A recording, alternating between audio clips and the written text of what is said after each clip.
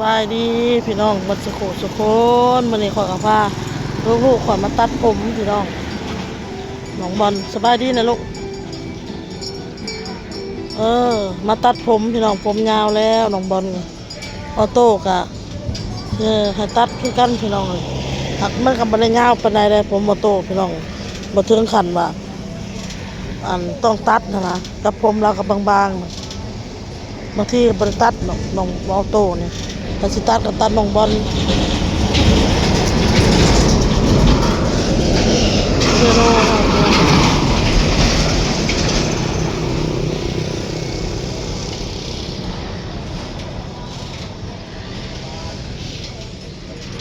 อันนี้เพิ่งเอามาตัดผมพี่น้องบอลขาประจำนำดื่มเนาะเฮือนซะน้อยเฮือนอ้นใหญ่เฮือนอ้นนี้ก็สิพากันนั่นนี่แหละกินน้ำดื่มน้ำเหล้านี่แหละพี่น้องขาประจำนำดื่มคุ้มบ้านข่อยเนาะพี่น้องเนาะอันกระทางเข้าไปเลข10พี่น้องทางเข้าบ้านเดือ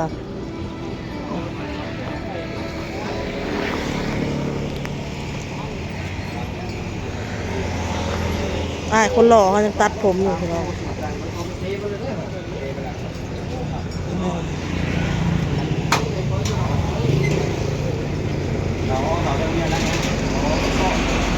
ขาประจ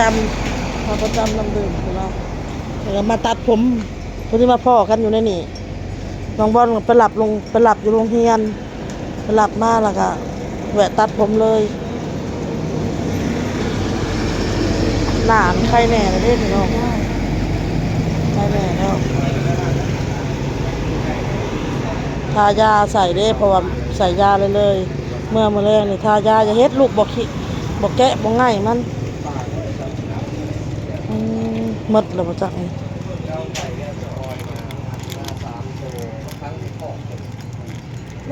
จกยากแล้วมันจกยากนั่งเรือไม่เอาออกมันเอาเองพาลูกมาตัดผมเขาไปดิเถื่อพี่น้องไปพลังเทพทีมงานไหนเขากินยกซ้ำเลยเลือดไหลลุก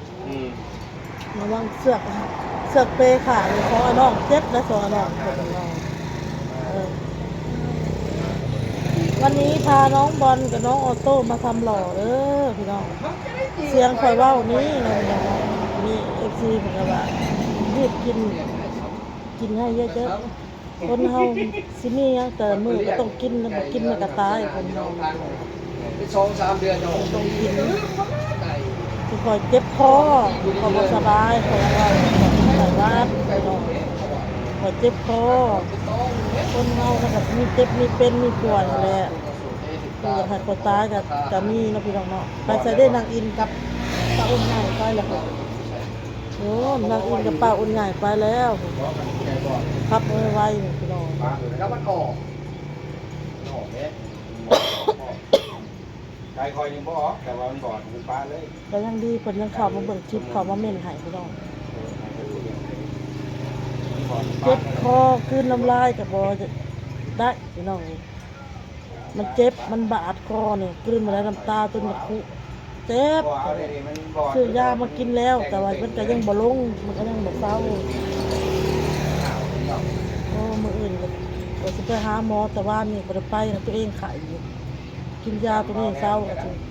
ไปต่ออีกไปหาหมออีก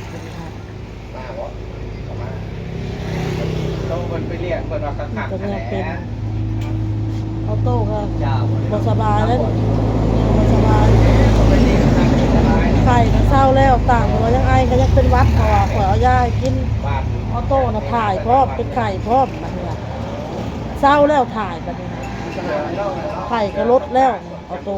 สนะให้น้องมันเนาะขอเอายาให้กินทันได้เป็นปึกเฮาเอายาให้กินโลดมันก็เลยลงไว้พี่น้อง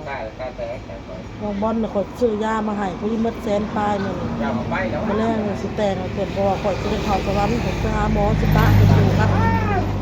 บ่าวตะทำพี่น้องแล้วก็นางอินเนาะสิฝากลูกไว้หันไว้น้ำน้องนั้นเนาะเดี๋ยวเขากล้าไปหาหมอกับบริจาคไปปันใดข่อยพี่น้องผลินล้านไปคือบอกเต้เราไปอยากให้ไปเราเป็นห่วง เป็นนาฬิกา อยาก เจ้า ให้ไปอยากให้อยู่น้ำลูกน้ำเต้าโดนๆบ่อยากให้ตายว่าสัตว์สาหัวน่ะ เตายกหนึ่งยก เขา สอง มัน เป็น กฎ ต่อ เกณฑ์เป็นเรื่องธรรมชาติเกิดแก่เจ็บตายสิว่าเขาทำใจไว้แล้ว ต้นไม้ยก ยัง สี่ สิเกิด เบิ้ล ก็ แห้ เกิ ง ดยังสิเป็นก็เป็นกับ สี่ เอา ทำอะไรเบิ้ลแห้งมีแต่ไก่ก็เป็น ผัวอยากให้อยู่มันมีกรรมนี่ สองสาม มันเป็นเป็นนี่เจ็บเป็นกับผัวเอา ยก ผั สี่ วเอา แต่มันเบิ้ลแห้งนะไก่เลี้ยงแต่ก่อนก็ช้ำหยก ลูกก็กำลังใหญ่ ยกสี่ปกติครับ บ่คือเพียนตัวเอ จ ง น เลย ไก่ เป็น ย ลู ก ก จนที่ออก เพราะว่าผัดเล่ากันนี่ จนที่เบิ้ลไปยกเลยจนเข้าไก่เขาเห็นตาแตกโอ้ยมาเจียไก่เลย คือว่ามันปกติแล้วบางทีเหตุการณ์แบบนี้มันก็เมื่อยมันก็เป็นธรรมดาเหตุการณ์แบบนี้ กันนะ เขาก็บ่อยากไปเพราะว่าไปหาหมอว่าให้ไปหาหมออยู่ในหมอเมืองกันยังแนะนำให้ไปกลับไปหาคนคืนเด้อแต่ต้องกลับไปหาคนคืนนะต้องกลับไปบ่ได้จะต้องกลับ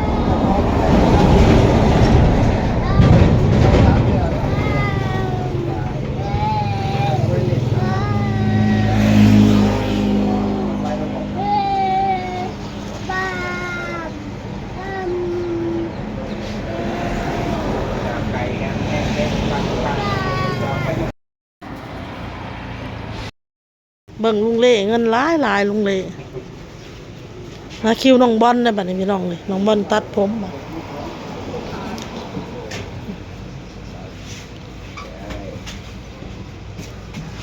โย่โย่โย่ไป แล้วกันน้องออโต้กับสิตัดคือกันนี่แหละพี่น้องตัดเอาเฮ็ดลูกมาเฮ็ดพี่มานั่งพี่ลูกมานั่งพี่ น้องไว้ผมจะถึงไว้ มานั่งพี่ไว้ตัดผมลูกพาลูกๆมาทำหล่อกันนะวันนี้พาลูกๆมาทำหล่อจ้าอะไรอย่าลืมไหนไปส่งน้ำ ยับไปส่งเลย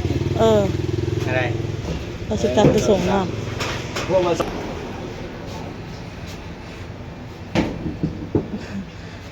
ำตัดแล้วเพราะว่าเอาส่งนี่ล่ะวันนี้หมูหัวควันมาบอลหัวเอาส่งนี่มาบอลไปโรงเรียน ต่างหมู่แล้วเนาะ เอาต่างหมูนะเอาคือไฟน่ะ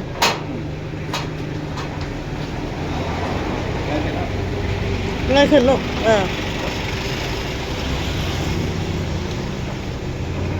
ก็ตัดให้เราส่งนักเรียนตอนแรกโรงเรียนน้องบอลนี่ก็ปิดเทอมเล่แล้วงูไปส่งน้ำให้เลยเขาจ่ายเงินเราหรอวะออโต้เด้อจังหวะออโต้ก็ตัดใครนี่ตัดอันนี้มันไวเนาะแป๊บเดียว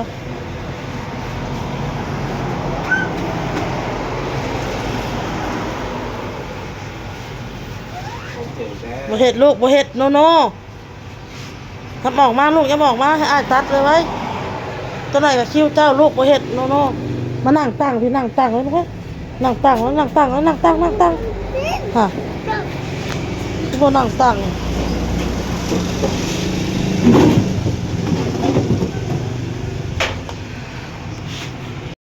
น้องคลิปนี้ก็ลาไปก่อนเด้อพ่อกับคลิปหน้าจ้าพี่น้องสบายดีพี่น้องบายมาเทป้อนเขาลูกพี่น้องแล้วบาดนี่พี่น้องมาโตมาตัดผมมาลงมาเอาทรงทำอิฐนะมันหล่อบอลเอาทรงทำอิฐเถอะลูกเรื่องหมูหัวควันลูกข่อยพี่น้องแล้วเรียบร้อยมัน